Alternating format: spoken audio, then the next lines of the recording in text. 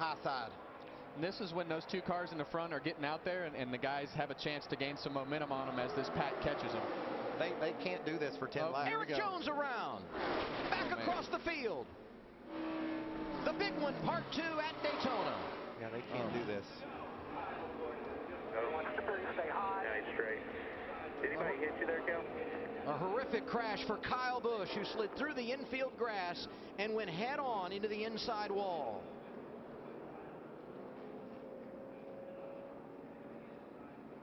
And he is climbing from that car, and that is an unbelievable sight.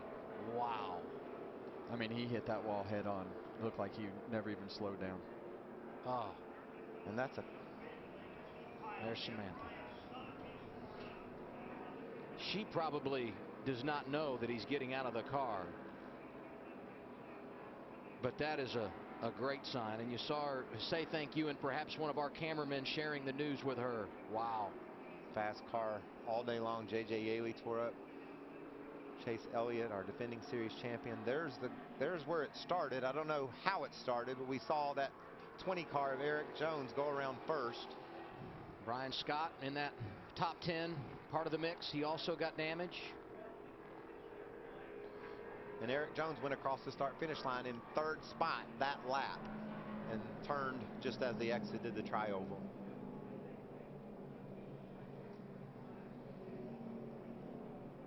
I just looked up late and caught a glimpse of Kyle sliding through the grass, and you see Kyle here being tended to by medical officials. And he is alert and obviously talking, and that's a great sign.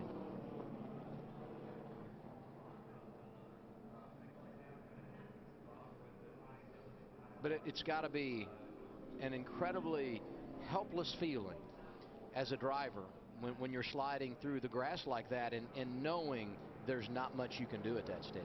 Well, and for us, we've been lucky as competitors to see this sport evolve with the safety. And when you hit one of those concrete walls and you've been hitting these safer barriers, you have no idea the difference in what it feels like. And when you hit them head on like that, it is a violent impact.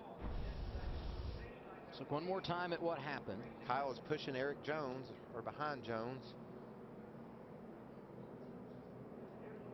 Looks like there might have been some contact there.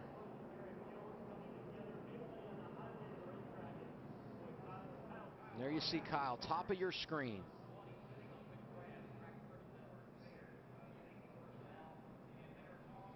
And now we'll go from our blimp view, and there you see Kyle and Erik racing together, and just follow that 54 car after the contact with the white 20. Looks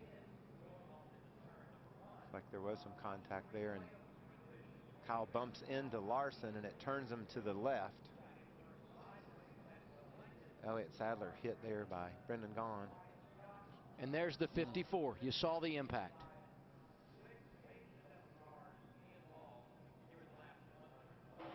Now we go on board with Bubba Wallace. Check up hard. Down. Keep rolling hard. We're in it.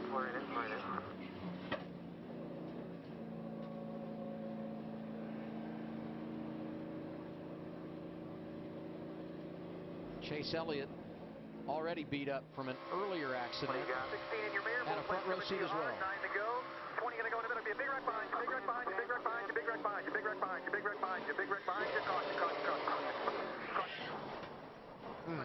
We're fine. I think looked like he thought he had it cleared, and just from the side. Clear behind him. Go low. One is back. Come on, keep coming low. They're coming down. One coming down. Keep it back high. Out on the track. Clear. Track is clear. Keep coming there. Track is clear. Saw the 14 of Kel Conley just tried to avoid the crash, and when he turned left, hit Chase Elliott. Dale Jr. working his way through. Half up now. One back high with you. 3 top. Wrecking. Keep coming top. Keep coming. You're clear. Back it down. What about that? Never lifted. Into the wall. Never let off the gas. He and Ty Dillon slide right through. Great job by Eric Almirola. You can see both of them into the wall, but they were able to slip through. As was Austin Dillon. What a great move by Austin to miss the crash. And lost in all of this, you saw Dale Jr., how he laid back, didn't get involved, didn't get any damage. He's the first car one lap down. He's going to get the free pass, be back on the lead lap, and there will only be a handful of cars on the lead lap when we go back green. Yeah, and that whole wreck started just because, you know, the cars were light in the trial. Kyle was pushing the 20 car, doing what he tried to do to advance forward.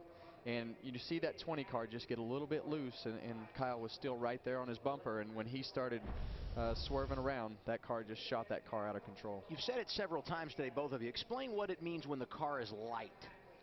Well, that car is light right there as Kyle's pushing him. So Eric's trying to just let it have its head and go as straight as possible through the tri-oval. And then they become not centered anymore. And as Eric starts to come back down the racetrack to try to get back in line, it just spins the car out.